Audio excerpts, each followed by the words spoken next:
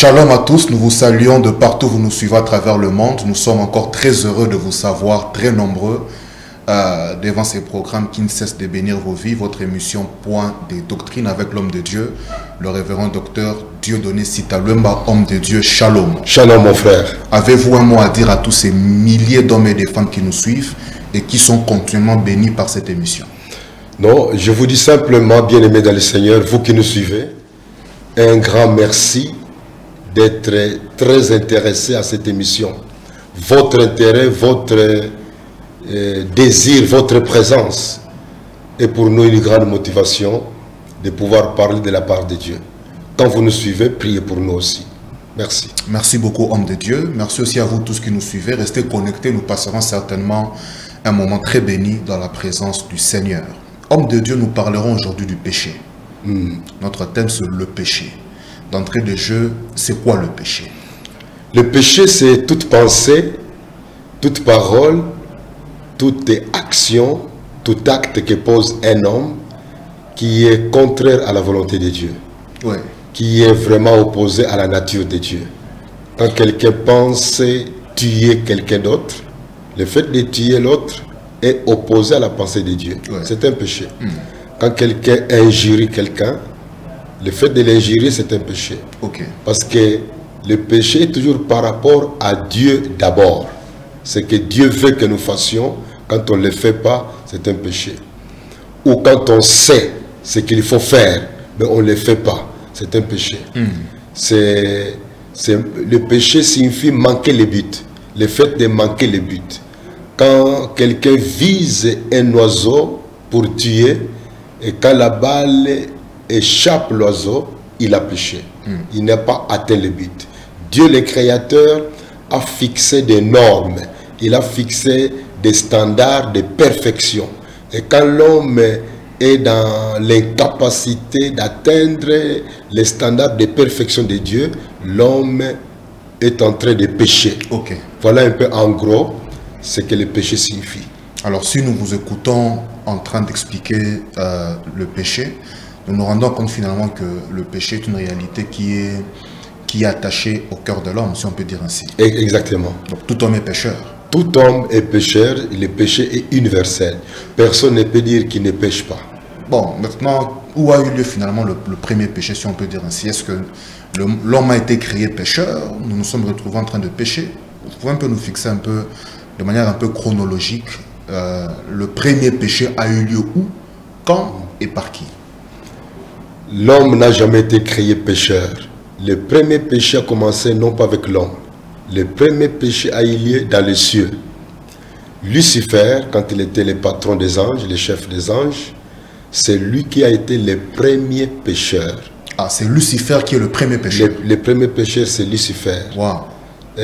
La Bible nous dit que il a été rempli d'orgueil et il voulait prendre la place de Dieu. Il voulait faire un coup d'état à Dieu. Okay. Ce qui est impossible, mais enfin, il voulait quand même tenter un peu l'impossible. Il voulait que les anges qui adoraient Dieu l'adorent lui. Ouais. Il a voulu prendre la place de Dieu. Et ce fait-là, il a péché. Ce n'était pas la volonté de Dieu. Et lui a posé un acte qui était contre la volonté de Dieu. Okay. Quand nous lisons dans Ésaïe, chapitre 14, versets 12 à 15, il est écrit: « Te voilà tombé du ciel, astre brillant, fils de l'aurore. Tu es abattu à terre, toi le vainqueur des nations. Tu disais en ton cœur, je monterai au ciel, je lèverai mon trône au-dessus des étoiles de Dieu, je m'assierai sur la montagne de l'assemblée à l'extrémité des septentrions. Je monterai sur les sommets des nuées. Je serai semblable au Très-Haut. Mais tu as été précipité dans le séjour des morts, dans les profondeurs de la fosse. » Évidemment, ce passage est en train de parler de quelqu'un d'autre, d'un être humain qui était quelqu'un sur la terre, mais qui en même temps, le passage est appliqué à un être qui est plus qu'un homme, qui doit être les Lucifer. Tous les interprètes de la Bible voient dans cette personne qui parle ici comme étant l'astre brillant, le fils de l'aurore, comme étant quelqu'un qui est surnaturel, qui est en fait le Lucifer, qui est décrit, voulait prendre la place de Dieu. Et on voit combien de fois il y a les je monterai, je leverai, je m'assierai, je monterai sur les sommets, je serai semblable au Très-Haut.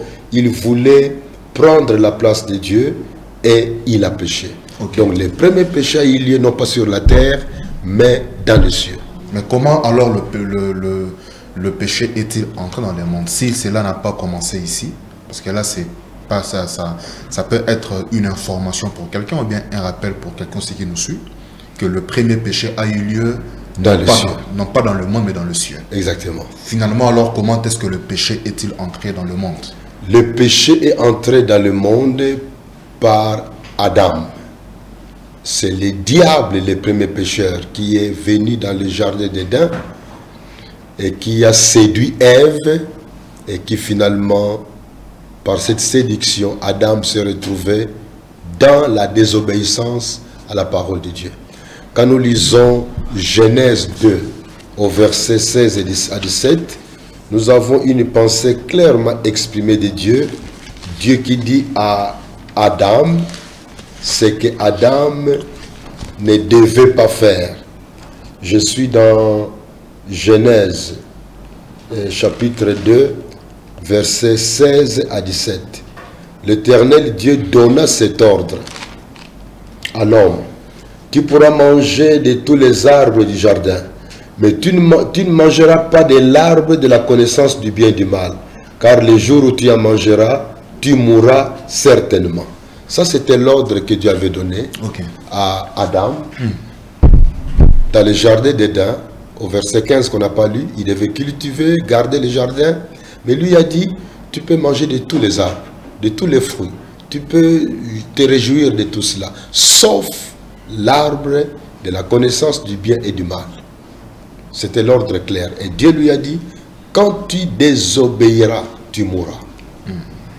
Finalement, dans Genèse 3, nous apprenons que le Lucifer vient sous forme d'un serpent, commencé par Ève pour la tenter, pour la séduire. Pourquoi il a commencé par Ève? La Bible ne nous dit pas pourquoi. Mais je peux m'imaginer que comme c'était Adam à qui Dieu avait parlé clairement, ce n'est pas impossible que c'est Adam qui a communiqué à sa femme l'ordre de Dieu.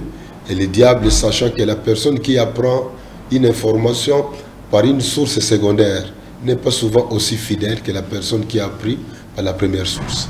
On voit Lucifer qui vient séduire Ève, et Ève va agir contrairement à la volonté clairement exprimée de Dieu. Ève a péché. Et finalement, Ève va entraîner son mari dans le péché. C'est comme ça que le péché est entré dans le monde. On voit que c'est par Adam que cela est venu. Pourquoi on dit par Adam et non par Ève? C'est parce qu'Adam était le leader, celui le responsable. Parce qu'en vous suivant, homme de Dieu, en vous suivant, c'est Ève qui aurait péché avant Adam. Oui. Mais habituellement, on dit que c'est Adam qui a été le premier pécheur dans le monde. Oui, parce que cela peut être dû à quoi? C'est ça que nous, la parole de Dieu nous dit dans... Ce n'est pas une discrimination peut-être? Non, ce n'est pas une discrimination. Simplement, ça nous révèle que l'homme, même si ce n'est pas dit clairement dans Genèse, mais dans la Bible, on verra que Dieu a établi l'homme comme étant le premier responsable par rapport à la femme. L'homme est là comme chef de la femme, et ainsi, même si la chose entre par la femme, mais c'est l'homme qui est le responsable numéro 1 devant Dieu. C'est comme ça dans Romains 5, verset 12. Il est écrit: c'est pourquoi, comme par un seul homme, le péché est entré dans le monde, et par le péché la mort, et qu'ainsi la mort s'est étendue sur tous les hommes, parce que tous ont péché. Et je peux continuer au verset 13. Car jusqu'à la loi, le péché était dans le monde. Or, le péché n'est pas imputé quand il n'y a point de loi. On peut lire le passage jusqu'à la fin du chapitre 5. On verra que Dieu est en train d'établir un parallélisme entre Adam et Jésus.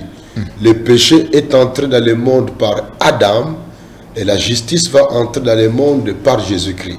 Cette comparaison-là nous aide à comprendre que pour le point de vue de Dieu, c'est Adam qui est la première personne dans le monde à avoir péché, désobéi à la parole claire de Dieu. Je dis que dans les enseignements de Paul, il est clairement établi que Ève a été séduite, mais Adam a été tenté. C'est Adam qui était le premier responsable devant Dieu. Et d'ailleurs, quand Dieu va intervenir dans Genèse 3, nous verrons que Dieu viendra poser d'abord la question à Adam, non pas à Ève. Parce qu'il était censé être le responsable. Et quand on est leader, on reste le responsable numéro 1 de l'équipe. C'est à lui que Dieu va poser la question, où es-tu? Et l'histoire continue. Mais pourquoi est-ce que Dieu aurait-il laissé le péché entrer dans le monde? Si nous voyons un peu, si nous vous suivons attentivement, nous comprenons que cela a commencé dans les cieux. Après, cela est entré par Ève, et puis Adam porte la responsabilité. Mais pourquoi est-ce que Dieu peut-il laisser une chose aussi mal que le péché entrer dans le monde? N'y avait-il pas moyen de pouvoir interdire cela, ou bien de pouvoir, je ne sais pas, pourquoi est-ce qu'il a permis cela finalement? Dieu a la capacité d'empêcher n'importe quoi d'arriver dans ce monde. Donc il pouvait aussi empêcher cela. Mais pourquoi ne l'a-t-il pas fait? Il ne l'a pas fait. Une des raisons, c'est que l'homme devrait démontrer sa volonté libre d'aimer Dieu. Parce que Dieu n'a pas créé l'être humain comme un robot. Dieu, c'est Dieu. La Bible nous dit que Dieu est amour. Et quand il crée l'homme, il le crée par amour. Et il veut que cet être créé puisse communiquer avec lui sur la base de l'amour. Or, un robot ne ferait que la volonté de la personne qui l'a fabriqué. Mais l'être humain n'est pas un robot, n'est pas une machine. Dieu lui a donné la capacité de choisir entre le bien et le mal, entre le fait d'aimer Dieu et de ne pas aimer Dieu. Et nous voyons que Dieu, c'est comme un test, comme un examen, comme une interrogation. Quand on reçoit l'instruction telle qu'elle avait été donnée à l'homme, comment l'homme pouvait-il démontrer devant lui-même qu'il est libre de dire oui ou non? Dieu lui a donné la capacité de choisir.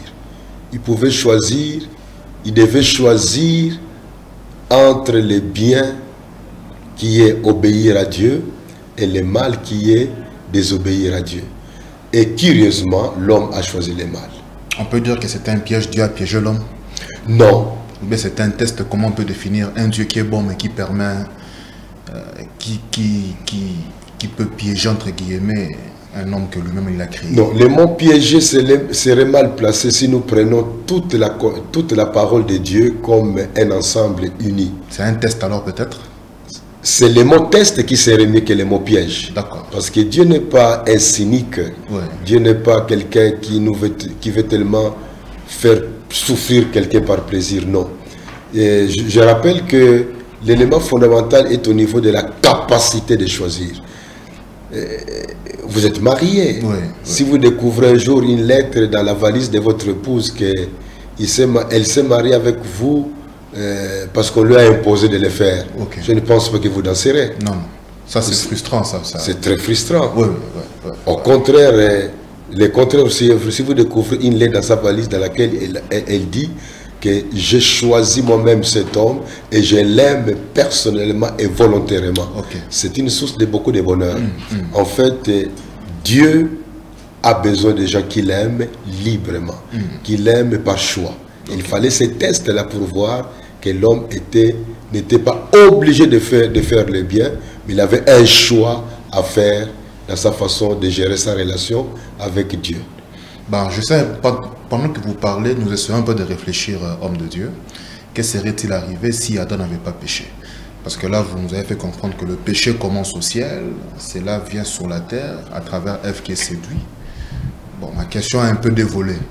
D'une part, si Ève avait proposé à Adam et que Adam n'avait pas écouté la voix de Ève, que serait-il arrivé? Ou bien carrément, si Adam n'avait pas péché, ni Adam ni Ève, s'il n'y avait pas eu cette entrée, si le péché n'était pas arrivé, Adam serait qui? comment est-ce que serait la vie sur la terre? Que serions-nous finalement? Moi, je crois que, évidemment, dans la parole de Dieu, nous n'avons pas toujours toutes les réponses que nous aurons souhaité y trouver, à notre curiosité.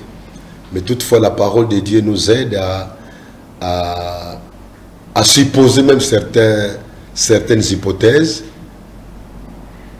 parce que nous connaissons, par exemple pour ces cas, qu'il y a devant l'homme les terminus de perfection, de bonheur parfait, et les terminus de malheur parfait, le ciel et l'enfer. Je pense que si l'homme n'avait pas péché, l'homme continuerait à vivre dans le bonheur parfait. Un bonheur éternel. Un bonheur éternel qui ne resterait pas toujours nécessairement sur la terre, mais un bonheur éternel. Et il passerait de l'autre côté comme Enoch qui n'est jamais mort et qui, après avoir parlé et marché avec Dieu, a été retiré de ce monde pour passer de l'autre côté. Comme le prophète Élie aussi n'est pas passé par la mort. C'est quelqu'un qui a été enlevé pour vivre dans la gloire. Et je peux comprendre que si l'homme n'avait pas péché, l'homme vivrait très longtemps sur la terre et passerait aussi de l'autre côté sans souffrance et vivre éternellement. C'est ça que je peux comprendre à la lumière de ce que la parole de Dieu nous dit sur les terminus de l'homme sur la terre. Mais malheureusement, l'homme il a péché. On peut dire malheureusement quand même. Malheureusement, il a péché et heureusement que Dieu n'était pas surpris. Okay. Dieu avait déjà préparé un plan parce que Dieu est omniscient, il connaît toutes choses. Dieu savait que l'homme pécherait. Ce n'est pas Dieu qui a poussé l'homme à pécher, mais Dieu, dans sa préscience, la capacité de connaître les choses bien avant que les choses aient lieu, et dans sa capacité d'avoir toute la connaissance pleine, eh bien, Dieu avait déjà préparé une solution pour qu'au cas où l'homme pécherait, la solution devait être là pour restaurer, rétablir, renouveler l'être humain et le replacer sur le chemin qui conduit vers la perfection éternelle. Alors, après que l'homme ait péché, qu'est-ce qu'est devenu Adam finalement? Après qu'Adam a péché finalement? Parce que là, vous devez expliquer ce qui serait s'il n'avait pas péché. Mais la vérité ou la triste réalité, c'est que Adam est tombé dans le piège de Ève. Oui. Qu'est-ce qui s'est passé après ça? Qu'est-ce que Adam est devenu? Alors, je peux dire ceci pour mieux comprendre la pensée de Dieu. Je vous en prie. Dont la Bible nous parle. Oui. Nous pouvons parler de certains aspects de la vie de l'homme, l'être humain. L'être humain, c'est l'homme et la femme. Eh bien, du point de vue spirituel, quand l'homme a péché, l'homme c'est égal, l'homme masculin et le féminin. Quand l'homme a péché, sa relation avec Dieu a été interrompue, a été rompue, a été brisée, a été coupée. Ça, c'est du point de vue spirituel. Il a connu la mort spirituelle. Du point de vue physique, l'homme s'est retrouvé devant une réalité d'un corps capable de connaître la souffrance, de connaître la maladie, jusqu'à mourir, devenir poussière. Du point de vue moral, avant le péché, l'homme était innocent, et après le péché, l'homme est devenu injuste. L'homme est devenu totalement corrompu. L'homme est devenu malade spirituellement parlant. L'homme est devenu impie, méchant, avec un cœur tortueux. C'est comme ça que la Bible nous présente les conséquences du péché dans la vie de l'être humain. Le péché a vraiment avili l'homme. Le péché a réellement détruit la beauté morale que l'homme possédait. Voilà les temps. Et ce péché a quitté le premier homme pour affecter toute la race humaine finalement. Oui, parce qu'en fait, Adam, il était devant Dieu comme le représentant de tous les êtres humains. Ce qui est arrivé au représentant a été reçu par tous ceux qui ont été représentés par lui. C'est comme quand on a un match de football. Si notre pays, l'équipe joue avec une équipe d'un pays étranger. Cette équipe-là qui va jouer contre l'équipe des pays étrangers nous représente tous. Si l'équipe remporte la victoire, c'est nous tous qui nous réjouissons. Si l'équipe perd, c'est nous tous qui perdons. Eh bien, Adam a été comme le représentant de la race humaine. Eh bien, le mal qui lui est arrivé à tous. C'est ça que la Bible nous dit. Je reviens encore à Romains 5, à partir du verset 12 jusqu'au chapitre 8. Nous avons cette réalité que Paul est en train de souligner, que nous sommes tous pécheurs parce que l'un a péché avant nous. C'est Adam. Mais cette contamination, si on peut dire ainsi, oui, d'Adam à la postérité, elle s'est fait comment? Cette affectation-là, comment est-ce que la postérité d'Adam finalement est affectée? Évidemment, en théologie, il y a plusieurs points de vue pour expliquer ça. Mais le point de vue le plus accepté par les évangéliques et le plus convaincant, c'est quand nous pensons à ce que l'auteur de l'Épître aux Hébreux nous dit de Lévi et d'Abraham, en parlant de la rencontre d'Abraham avec Melchisedec.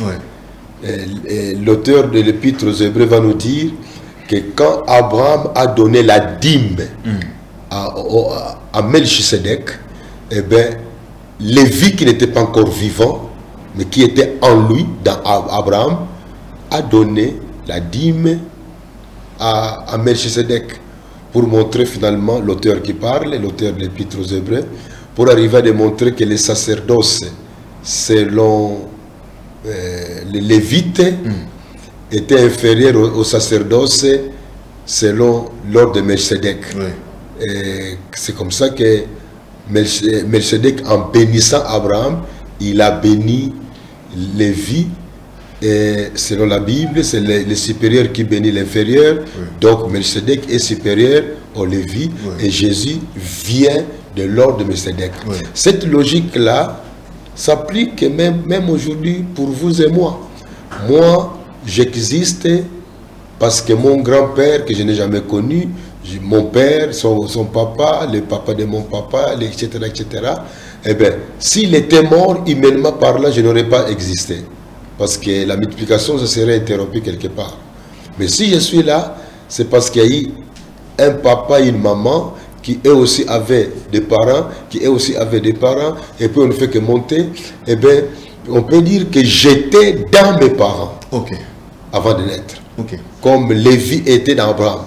Eh bien, nous avons tous été présents dans Adam quand ce dernier a péché contre Dieu. C'est pour cela que tout être humain est pécheur parce qu'il est descendant d'Adam. Cela veut dire qu'à cause du péché d'Adam, nous naissons tous pécheurs, si nous vous comprenons bien. Parce que nous étions en lui. Nous naissons tous pécheurs, nous naissons tous corrompus, nous naissons tous dépravés par le péché. Mais est-ce que c'est quand même juste que nous puissions hériter cette nature pécheresse d'Adam? Parce que c'est Adam qui a péché. Il n'y avait pas moyen que Dieu puisse permettre que chacun puisse finalement être tenté de manière individuelle. Est-ce juste du point de vue divin que nous puissions être automatiquement reconnus comme pécheurs parce que nous sortons d'Adam? Cet héritage-là maléfique, entre guillemets, si vous le permettez, c'est parce que ce n'est pas un bon héritage quand même, d'hériter cette malédiction, si on peut l'appeler ainsi, cette tare, c'est vraiment une tare dans l'essence même humaine. Donc nous naissons pécheurs parce qu'il y a un pécheur qui avait péché avant nous. Est-ce que c'est juste du point de vue divin? Oui, c'est juste. C'est très juste. Ce que vous dites là-bas, dans les domaines théologiques, certains disent que chaque homme est responsable devant Dieu. Justement. D'ailleurs, l'islam aussi souligne cela. Ce qui fait que prendre le péché d'Adam et poser ça sur la tête de tous, ce n'est pas juste. Mais c'est ça que la Bible nous dit. Donc nous naissons comme des condamnés pécheurs. Comme des condamnés pécheurs, c'est ça l'enseignement de la parole de Dieu. Parce qu'il y a quelqu'un qui avait péché avant nous. Exactement. Okay. C'est ça qui fait que même quand Jésus va venir, il va mourir sur la croix de Golgotha et tout ce qu'il a connu comme souffrance, tout ce qu'il a connu jusqu'à la mort, tout cela est mis dans le compte de quiconque croit en lui. On parlait de la doctrine d'imputation. Imputation. C'est comme je prends un 10 $, je mets dans votre compte bancaire. J'impute dans votre compte 10 $. Eh bien, la Bible souligne beaucoup la doctrine d'imputation. C'est que le péché d'Adam a été imputé à tout être humain. C'est pour cela que les sacrifices que Jésus-Christ a accomplis par son œuvre à la croix de Golgotha est imputable à tout être humain. Je dis imputable parce que le fait devient une réalité quand l'homme de son côté accepte cela comme étant vrai pour lui. Il accepte par la foi. Donc, la Bible nous dit que si nous sommes nés dans ce monde, nous ne naissons pas comme des êtres justes, mais comme des êtres conformes à l'image de notre papa Adam. Donc déjà pécheur. Déjà pécheur. C'est comme quand on a une moule pour fabriquer des pains ou des gâteaux. Eh bien, la farine qu'on met dans une moule prend la forme de la moule. L'espace qui a été mis dans l'intérieur de la moule. Eh bien, tous les pains ou tous les gâteaux auront une même forme parce que tout passe par cette moule-là. Eh bien, Adam a acquis la nature pécheresse. C'est cette nature-là qu'elle transmet à tout le monde depuis la conception dans les seins de nos mères. C'est pourquoi nous naissons pécheurs. Donc excusez-moi, homme de Dieu, même un bébé qui vient de naître à peine là pendant que nous sommes ici sur ces plateaux d'émission, le bébé, il naît. Vous savez, la douceur du bébé. Oui. Il y a un peu, même quand il grandit, vous voyez un peu, il y a un peu, voilà, l'émotion. Mais même ce bébé-là, il est déjà pécheur. Bien qu'il n'a rien fait de mal à nos yeux, il est encore clean, comme dirait quelqu'un. Mais d'après ce que vous dites, il est pécheur. Oui, il est pécheur parce que nous ne sommes pas des pécheurs à cause des péchés que nous commettons. Mais nous commettons les péchés comme preuve que nous sommes des pécheurs. Nous sommes des pécheurs par nature. Même un nouveau-né, il est par nature pécheur. Par nature, il est pécheur. Wow. Vous voyez, quand on parle des manguiers, le manguier peut ne pas avoir les fruits des mangues. Mais le manguier sera appelé manguier. C'est sa nature. Et comme le manguier a la nature des manguiers, tôt ou tard, il pourra produire des fruits qu'on appelle des mangues. Donc, l'être humain est pécheur. Ce n'est pas à cause de ses péchés qu'il commet, mais à cause de sa nature, de son état. Alors, s'il vous plaît, homme de Dieu, donc vous ne croyez pas à la morale peut-être, je ne sais pas. Parce que quelqu'un peut nous suivre et se dire, bon, moi je ne vole pas, c'est un point de vue. D'autres peuvent dire que moi je ne fume pas, je ne bois pas, la femme d'autrui, le mari d'autrui, ça ne me concerne pas. Je suis là, j'essaye en tant qu'être humain d'être bon avec les gens, je salue les gens les matins, même au travail, je suis bon avec mes collègues et tout. Même celui-là, d'après ce que vous dites, il est pécheur. Oui. Du point de vue de l'homme, on peut classifier différents pécheurs. Jusqu'à dire que celui qui ne fait pas, oui, il est parfait. On voit qu'il est admiré, qu'il a un comportement admirable. Mais je répète que du point de vue de Dieu, ce point de vue soutenu par la parole de Dieu, c'est que l'homme est pécheur par nature, même si il commet le moins de péchés possible. Mais s'il vous plaît, de Dieu, y a-t-il quand même un peu du bon dans tout homme? Un peu du bon? Un peu du bon du point de vue de l'homme, oui. Mais du point de vue de Dieu, il n'y a rien de bon dans l'être humain. Rien du tout. Du point de vue même cette morale-là dont nous parlons. C'est pour cela que dans le ciel, on ne peut jamais entrer là-bas tel que l'être humain est. Il faut quelqu'un. C'est là où intervient la pertinence et l'importance de l'œuvre de la croix de Golgotha. Il n'y a rien de bon dans l'être humain. Je voudrais quand même lire un passage. Je vous en prie. Lisons dans Romains chapitre 3. Dans Romains chapitre 3, J'aimerais lire à partir du verset 9. Non, disons, je lis à partir du verset Romains chapitre 3. Je lis 9, oui, je commence par 9 jusqu'à 20. Quoi donc? Sommes-nous plus excellents? Nullement, car nous avons déjà prouvé que tous, juifs et grecs, sont sous l'empire du péché. Selon qu'il est écrit, il n'y a point de juste, pas même un seul. Nul n'est intelligent, nul ne cherche Dieu. Tous sont égarés, tous sont pervertis. Il n'en est aucun qui fasse le bien, pas même un seul. Leur gosier est un sépulcre ouvert. Ils se servent de leur langue pour tromper. Ils ont sous leurs lèvres un venin d'aspic. Leur bouche est pleine de malédictions et d'amertume. Ils ont des pieds légers pour répandre le sang. La destruction et les malheurs sont sur leur route. Ils ne connaissent pas le chemin de la paix. La crainte de Dieu n'est pas devant leurs yeux. Or, nous savons tout ce que dit la loi. Elle le dit à ceux qui sont sous la loi, afin que toute bouche soit fermée et que tout le monde soit reconnu coupable devant Dieu. Car personne ne sera justifié devant lui par les œuvres de la loi, puisque c'est par la loi que vient la connaissance du péché. On peut continuer à lire cela, et au verset 23, car tous ont péché et sont privés de la gloire de Dieu. Donc, toutes les épîtres de Paul aux Romains, comme aux Galates, les deux épîtres parlent beaucoup de cette réalité de l'homme en tant que pécheur et de Jésus en tant que sauveur. Ce sont deux épîtres qui parlent beaucoup du salut que Dieu nous offre en Jésus-Christ. Oui, je reviens à votre question que vous avez posée tout à l'heure. Aucun homme n'est bon devant Dieu. C'est pourquoi personne ne pourra entrer au ciel par ses bons actes, son bon comportement, sa morale. C'est impossible. Mais est-ce que, d'après ce que vous dites, nous vous suivons très attentivement, est-ce que Dieu va-t-il considérer comme fautive, je reviens un peu à ce que j'ai dit tout à l'heure, une personne qui n'a pas commis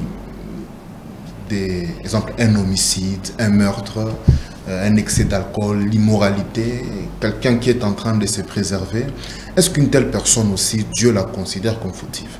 Quelqu'un qui n'est pas impliqué dans des actes qui nuisent à son environnement ou à son prochain, quelqu'un qui vit dans son coin tout bonnement, il se réveille chez lui, il fait sa vie, s'il est en formation, élève ou étudiant, bien il travaille, il mène sa vie calmement, il sort, il rentre chez lui à la maison. Est-ce qu'une telle personne, d'après ce que vous dites, bien qu'il ne soit pas impliqué dans certaines pratiques qui peuvent nuire au prochain, d'après ce que vous dites, Dieu va-t-il le considérer aussi comme fautif, comme pécheur? Oui. Bien qu'il ne soit pas impliqué dans des pratiques. Oui, je répète que pour Dieu, nous sommes pécheurs non pas à cause des actes que nous commettons ou que nous ne commettons pas, mais nous sommes des pécheurs par nature. La nature pécheresse que nous avons héritée d'Adam. C'est ça le point de vue de Dieu. C'est pourquoi dans Romains 3, les passages que nous avons lus, il est écrit « Nul n'est intelligent, nul ne cherche Dieu, nul est là pour avoir un comportement qui n'est pas condamnable par Dieu. » L'homme reste pécheur par nature. C'est que certains pécheurs ne sont pas plus pécheurs que d'autres, si nous vous suivons attentivement. C'est que tous les péchés ont le même, finalement, il n'y a pas de plus grand pécheur, de plus petit pécheur. C'est vrai que du point de vue humain, on peut voir que certains commettent moins des actes horribles et abominables par rapport à d'autres. Mais c'est une mauvaise comparaison. Nous devons éviter de nous comparer aux autres. Parce qu'en réalité, quand nous comparons les uns les autres, on verra que moi je peux me considérer très meilleur par rapport à un bandit de mon quartier, mais pour Dieu, nous sommes tous fautifs devant ses yeux. Nous sommes tous coupables. C'est quand, prenons l'exemple d'un avion qui doit quitter Kinshasa, l'aéroport de Kinshasa, à midi juste. Et à midi, l'avion quitte. Antoine vient en retard de 5 minutes. Il est venu 5 minutes avant que l'avion ne quitte. Benoît est arrivé 1 heure avant que l'avion ne quitte. Célestin est arrivé à 3 heures avant. Il est venu 3 heures avant, bien après que l'avion ait quitté. Vous comprenez que Alphonse peut se vanter en disant: je suis quand même plus ponctuel que vous, Benoît et Célestin. Parce que moi j'étais là 5 minutes après que l'avion ait quitté. Benoît peut dire: moi c'était 1 heure, je suis plus ponctuel que Célestin. Mais les 3 ont raté l'avion. L'un peut être plus ponctuel que l'autre, mais les 3 ont raté l'avion. C'est ça qui fait que l'être humain, même si certains sont plus polis, plus gentils, plus bons, plus braves, du point de vue moral, ils posent des actes merveilleux, louables, humanitaires, oui, tout ça. Mais devant Dieu, tous ont manqué le but. Nous avons dit que le péché égale manquer le but. Tous ont manqué le but d'atteindre la perfection morale fixée par Dieu. Alors finalement, quel est le sort des pécheurs? C'est quoi la finalité finalement? Parce que en vous suivant, c'est comme s'il y a une forme de condamnation, excusez-moi le terme, oui, universelle qui est en train de planer sur l'humanité et sur le genre humain. C'est une forme, nous avons vu depuis le début, là nous tendons vers la fin déjà, mais en vous suivant, c'est comme si c'était un drapeau, plutôt un tableau sombre que vous êtes en train de peindre face à la race humaine. Donc vous êtes en train de dire qu'il n'y a rien de bon dans l'homme, nous sommes des pécheurs parce qu'il y a un Adam qui a péché, nous subissons cela, nous naissons dans ça. Finalement, où allons-nous? Permettez-moi un peu le terme comme ça, pratiquement. C'est quoi la finalité? C'est quoi le sort du pécheur? Le sort, c'est la perdition éternelle. La perdition éternelle. C'est être en enfer, passer l'éternité en enfer. Okay. En fait, c'est ça la destinée de tout être humain. Et il est important que nous, les êtres humains, nous puissions comprendre cela pour apprécier ce que Dieu a fait pour nous en Jésus-Christ. Okay. Le sort final de l'être humain, c'est passer l'éternité en enfer. Parce que dans l'homme, du point de vue de Dieu, il n'y a pas de bon. J'insiste beaucoup du point de vue de Dieu. Parce que du point de vue de l'homme, nous pouvons classifier un tel est intègre, il est parfait, il est honnête, c'est fantastique. L'autre là, c'est un démon incarné, il tue les gens, il vole. Mais du point de vue de Dieu, j'insiste, personne n'est bon. Tout le monde est souillé. C'est comme si on va dans un village ou dans une salle de classe, tout le monde est infecté par le virus. Certains le savent, d'autres l'ignorent. Certains ont déjà des manifestations, des conséquences de ce virus-là dans leur corps, mais d'autres ont l'impression d'être en bonne santé. Mais en réalité, tous sont infectés, tous sont attaqués. C'est ça la réalité de l'homme.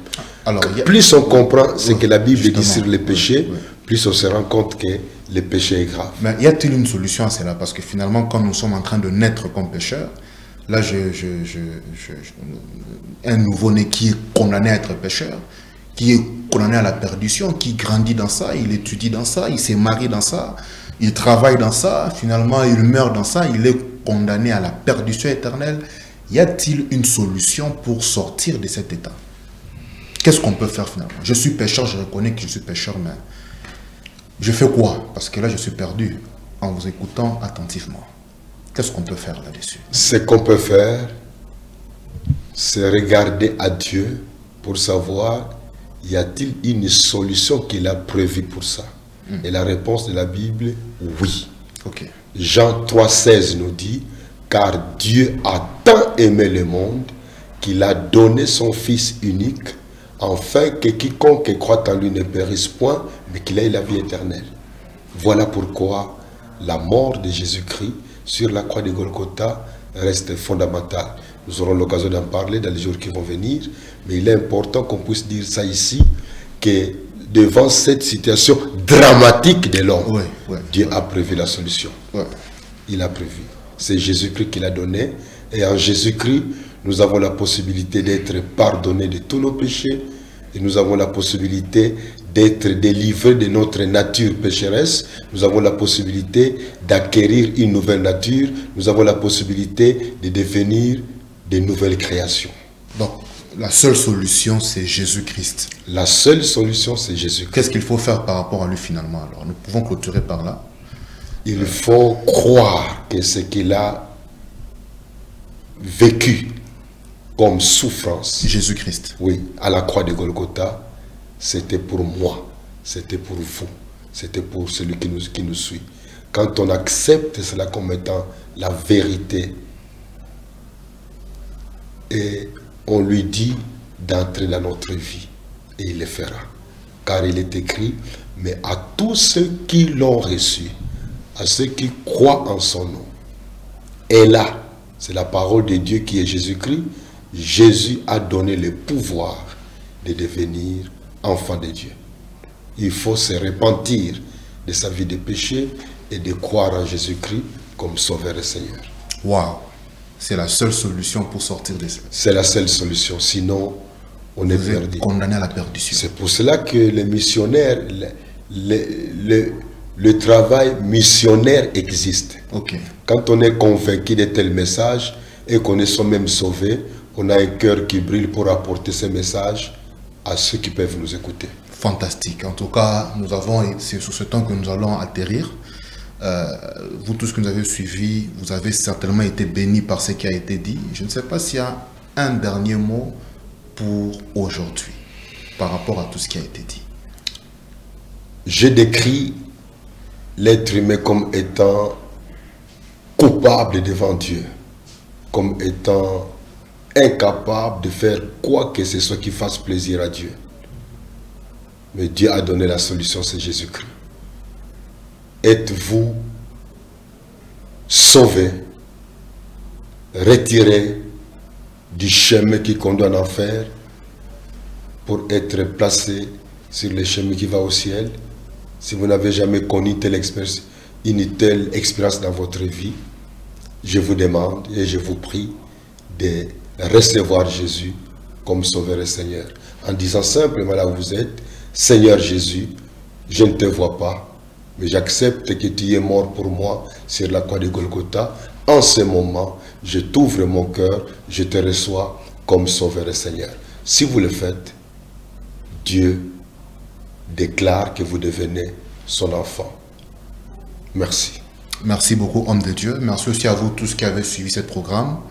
C'est aujourd'hui qu'il faut se décider. Vous avez suivi en détail tout ce qui a été expliqué par le serviteur du Seigneur, le révérend docteur Dieudonné Sita Lumba. Là où vous êtes, décidez-vous pour Jésus-Christ aujourd'hui.